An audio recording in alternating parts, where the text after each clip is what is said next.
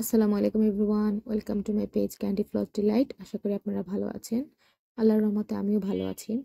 So এই কেকটা ছিল আমার ফ্রেন্ডের জন্য বানানো একটা কেক। আমার ফ্রেন্ড ঢাকায় থাকে না যেহেতু, সো সে ঢাকায় আসায় হচ্ছে তার বাসায় আমি আমার বাকি ফ্রেন্ডরা মিলে যাই। সো তখন হচ্ছে আমি একটা কেক বানাই। সো কেকটাতে হচ্ছে আমি 1 পাউন্ডেরই বানাই, কিন্তু এখানে আমি হচ্ছে 2 পাউন্ডের বেক করেছিলাম, সাথে আমার আরেকটা অর্ডার ছিল এই জন্য।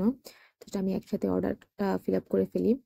সো প্রথমে আমি ড্রাই ইনগ্রিডিয়েন্টস গুলো হচ্ছে এক সাইডে মিক্স করে রেখে দিই, এবং এখানে হচ্ছে ডিমের সাদা অংশটাকে বিট করে ফোম করে নিই। এরপর হচ্ছে তেল এবং হচ্ছে ডিমের কুসুম অ্যাড করি। এরপর হচ্ছে আমি অল্প অল্প করে ড্রাই ইনগ্রিডিয়েন্টস গুলো দিয়ে কাট অ্যান্ড ফোল্ড মেথডে হচ্ছে এটাকে মিক্স করে নিই। ভিডিওতে যদিও অনেক ফাস্ট দেখা যাচ্ছে, কিন্তু আসলে এটা খুব আস্তে ধীরে করা হয়, না হয় ডিমের যে মেরাংটা, ফোমের যে মেরাংটা সেটা হচ্ছে নষ্ট হয়ে যাবে এবং হচ্ছে ডিমটা হচ্ছে ফুলবে না। তো স্পঞ্জ কেকের একটা বেসিক জিনিস হচ্ছে যে ডিমের মেরাংটা আলতো হাতে মিক্স করতে হবে এবং কোনো ক্রমে এটাকে বসতে দেওয়া যাবে না, তাহলে হচ্ছে কেকটা ফুলবে না এবং এটা ফ্ল্যাট হয়ে যাবে। সো আমি এখানে অল্প অল্প করে ড্রাই ইনগ্রিডিয়েন্টস দিয়ে এটাকে মিক্স করে নিয়েছি। সো এখানে যেহেতু 2 পাউন্ডের কেক, আমি 6 ইঞ্চি এবং হচ্ছে 7 ইঞ্চি মোল্ড এটাকে বেক করে নিয়েছিলাম। 6 ইঞ্চি মোল্ডের যে কেকটা ছিল সেটাতে হচ্ছে আমি টাপ কেক বানাবো। সো এই জন্য হচ্ছে আমি 1000 ml এর যে বক্সগুলো পাওয়া যায় প্লাস্টিকের, সেটা ইউজ করছি এখানে। আর এখানে যে আমি সুগার সিরাপটা দিচ্ছি, এখানে আমি হালকা কফি ফ্লেভারও দিয়েছিলাম, যেহেতু হচ্ছে চকলেট কেকের সাথে কফি ফ্লেভারটা একটু ভালো যায়। সো এখানে আমি শুধু নর্মাল সুগার ইউজ না করে সেখানে হচ্ছে কফি ফ্লেভার দিয়েছিলাম। আর এখানে আমি উপরে চকলেট গানাশ দিয়ে দিচ্ছিলাম। এরপরে হচ্ছে আমি হুইপ ক্রিমের একটা করে লেয়ার দিব, যেটা আমি আমার সবসময় কেকে করে থাকি। চকলেট গানাশটা দিলে হচ্ছে কেকের টেস্টটা হচ্ছে অনেক বেশি ভালো লাগে। সো কেকটাকে আমি টাপ কেক হিসেবে বানিয়েছিলাম, কারণ যেহেতু আমি আজকে বইমেলায় যাবো আমার ফ্রেন্ডের সাথে, তারপর সেখান থেকে আমার ফ্রেন্ডের বাসায় যাব।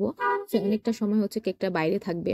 সো ক্যারি করার সুবিধার্থে হচ্ছে টাপ কেক হিসেবে এটাকে বানানো। আর এখন যেহেতু ওয়েদারটা অতটা গরম না, সো এই জন্যই হচ্ছে আমি টাপ কেক, তো এই জন্যই হচ্ছে আমার টাপ কেকটা বানানো। আর এটার মধ্যে আমি কোনো ডিজাইন দিতে চাইনি, যেহেতু হচ্ছে টাপ কেকে জায়গা থাকে না আসলে ডিজাইন দেওয়ার মতো। তো জাস্ট আমি উপরে হচ্ছে ক্রিম দিয়ে ফ্রস্টিং করে এর উপর, তো উপরে জাস্ট ফ্রেন্ডস ওয়ার্ডটা লিখে দিই, যেহেতু এটা আমার ফ্রেন্ডসের জন্যই বানানো আর আমার মাথায় আর কোনো থিম আসতেছিল না। সো জাস্ট হচ্ছে ফ্রেন্ডস লিখে আমি কেকের ডিজাইনটা এখানে শেষ করি। সো এখানে আমি কিছুটা ছবি তুলে নিয়েছিলাম।